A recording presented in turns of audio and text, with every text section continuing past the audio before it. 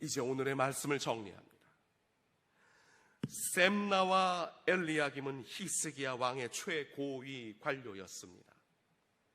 특히 국고를 맡고 왕궁을 맡은 셈나는 히스기야의 전폭적인 신뢰를 받아 전권을 행사했던 인물이었습니다. 그렇게 특출나지도 않았던 셈나를 여호와께서 특별한 자리에 오를 수 있도록 축복해 주셨지만 너무나 어리석었던 셈나는 하나님과의 관계보다는 사람과의 관계를 더 중요시했습니다. 그래서 하나님의 뜻을 따르기보다 잘못된 정책을 세워 다윗 왕조를 궁지에 빠뜨리고 권력을 남용해서 자신의 사리 사욕을 채우는데 급급하였습니다. 결국 그는 주인의 집에 수치를 끼친 자로 수치스러운 죽음에 넘겨집니다. 하나님을 조금도 염두에 두지 않았던 그를 결국 하나님도 버리셨습니다. 권한은 그 자체로 축복이 아니고 축복을 얻을 수 있는 기회가 됩니다.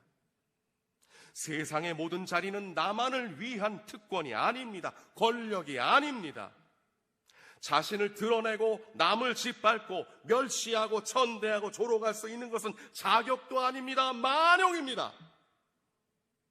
여러분에게 하나님께서 기회를 주셔서 어떤 위치에 올랐다면 제발 그 기회를 남용으로 놓치지 마십시오. 하나님이 주신 그 기회가 영원 불변하다 절대 착각하면 안 됩니다. 하나님은 기회를 주시기도 하지만 돌이키지 않으면 즉시로 뺏어가는 분이시기도 합니다. 당신이 지도자의 눈에 들어 그 위치에 서 있는 시간 동안 더 하나님과 주변 사람들을 진심으로 대하고 감동시켜야 합니다. 그렇게 하지 않고 오히려 하나님이 주신 이 기회를 남용하여 멋대로 사람을 쥐고 흔든다면 당신이 꾸민 그 계략이 결국 당신을 최악의 상황으로 인도해 줄 것입니다. 당신이 모두를 위한 책임 있는 모습을 보일 때 그 일을 맡기신 하나님의 눈이 당신에게 고정되며 반드시 축복의 통로로 써주실 것입니다. 이렇게 자신의 위치를 남용해 권력을 휘두르던 셈나처럼 여러분은 절대 나락으로 떨어져서는 안 됩니다. 이제 셈나의 뒤를 이어 엘리야김이 세워집니다. 엘리야김은 너무나 중요한 시기에 중책을 맡게 됩니다. 그가 하나님의 영광과 하나님 나라를 위해 그 부여받은 권한을 썼다면 그는 역사에 길이 남는 위대한 인물이 되었을 것입니다.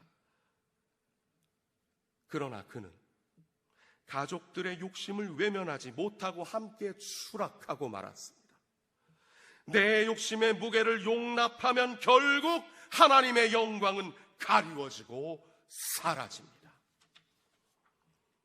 오늘 우리에게 주어진 사명도 크든 작든 모두 다 하나님의 영광을 위한 것입니다.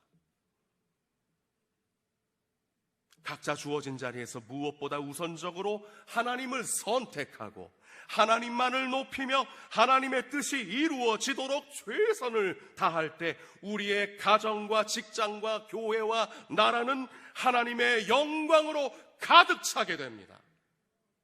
그리고 하나님은 그 순종의 열매를 기쁘게 받아주시고 하나님의 진정한 축복으로 인도하십니다. 여러분의 삶에서 가장 포기가 안 되는 것은 무엇입니까?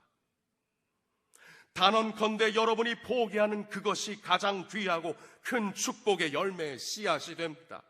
앞으로도 많은 순간이 찾아올 것입니다. 그럴 때마다 한 가지만 기억하십시오. 예수님이 십자가를 선택하지 않으셨다면 우리에겐 영원한 생명은 존재하지 않습니다.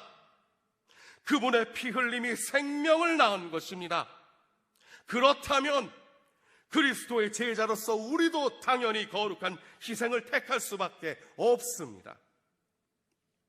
하지만 그 희생 뒤엔 반드시 축복이 옵니다. 그러나 이 축복은 도저히 우리의 한계로 바라볼 수 있는 크기의 것이 아닙니다. 측량 불가입니다. 정말로 내가 상상할 수 없는 온전하고 완전한 최고의 선물이 될 것입니다.